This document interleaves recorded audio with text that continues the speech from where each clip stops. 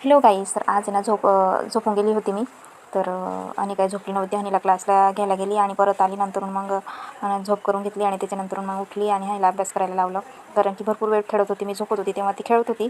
तर म्हटलं ती काही झोपत नाही, तिला झोपवला तरी. आणि त्याच्यानंतर पाऊस तर बापरे बाप सुरूच होता म्हणा. पूर्ण दिवस एकदम बारीक बारीक होता, पण पूर्ण दिवस पाऊस येत होता. तर पूर्ण असं गारवासारखं झालं होतं. मग हनीला म्हटलं बाहेर जाऊच नको तू, घरातच खेळ. मग ती काही बाहेर गेली नाही. आणि मग उठली आणि घरातले भांडी म्हणजे रॅकमध्ये ठेवायची होती ते ठेवली. आणि चला म्हटलं स्वयंपाकाला लागावा आता. तर स्वयंपाक करायची सुरुवात झाली. तर पीठ मळून घेतलेलं होतं मी नाही पहिलेच. आणि त्याच्यानंतर मग पटापट पुढे लाटून घेते.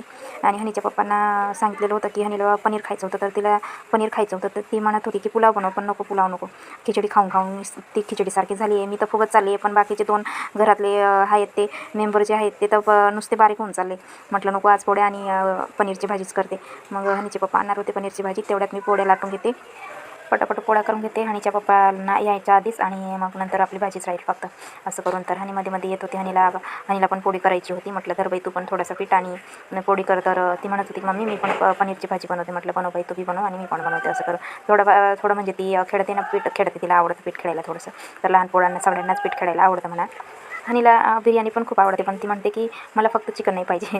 तिला फक्त भात आवडतो. इथं खिचडी आवडते बरं का. तर बिर्याणी तिला चिकन टाकूनच बनवायचं असतं. म्हणजे चिकन टाकूनच बनवा, पण बिर्याणी सेम तशीच बनवा, पण मला चिकन नाही पाहिजे खायला असं.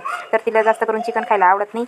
मग ती खात नाही. आम्हीच दोघं खातात बरं का. तर घरात आम्ही चिकन किंवा मटण जरी आणतो ना, तरी तिला आवडत नाही. तर ती फक्त रश्श्यासोबत खाते. म्हटलं जाऊ दे बाई, तू नको खाऊ जबरदस्ती, काही लहान पोरांना द्यायचं नाही बरं का. तर आम्ही देत नाही तिला जास्त करून. तर जेव्हा आम्हाला खायचं असतं का ती रस्स्यासोबत सूपसोबत देऊन देते तिला मी भात किंवा पोळी अशी काला करून.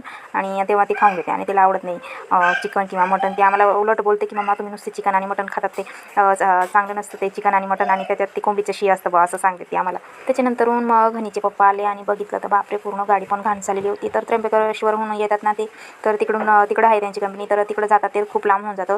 तर पूर्ण पाय पण भरून गेलेले होते त्यांचे. आणि गाडी तर पूर्ण चिखलाची भरून गेलेली होती. तर खूपच जास्त घाण होऊन जाते गाडी. तर म्हटलं मग त्यांनी आणलेलं होतं भाजी, मग फ्राय करून घेतलेली होती पनीर. आणि त्याच्यानंतर मग फोडणी करायची सुरुवात झाली होती इथं.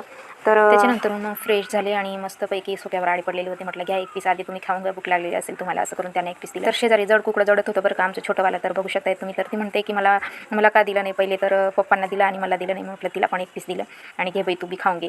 तर तिचं असं होऊन जातं की सगळं लाड तिलाच भेटायला पाहिजे असं होऊन जातं तिचं. तर लहान पोराचं तसंच असतं. तर एकुलती एक आहे म्हणून सगळं लाड तिलाच भेटतोय म्हणा, अजून दुसरं नाही कोणी म्हणून. लाड करायला मग तिलाच लाड करतोय आम्ही. तर भाजी मस्त फोडणी केली आणि मस्त ग्रेव्ही तर भारीच झालेली होती म्हणा. तर मस्तपैकी भाजी केली आणि मग त्याच्यानंतर मग बसलो आम्ही निवांत जेवायला. भरपूरदा बनवलेलं आहे पनीरची भाजी, पण आजची जी भाजी होती बनवलेली ती एवढी टेस्टी झालेली होती आणि ग्रेव्ही पण लई भारी झालेली होती. तर म्हटलं आज तर भाजी लई भारी झाली, म्हटलं जेवायला पण मजाच येईल. अशाच प्रकारे आपला फुल ब्लॉग टाकलेला आहे, जाऊन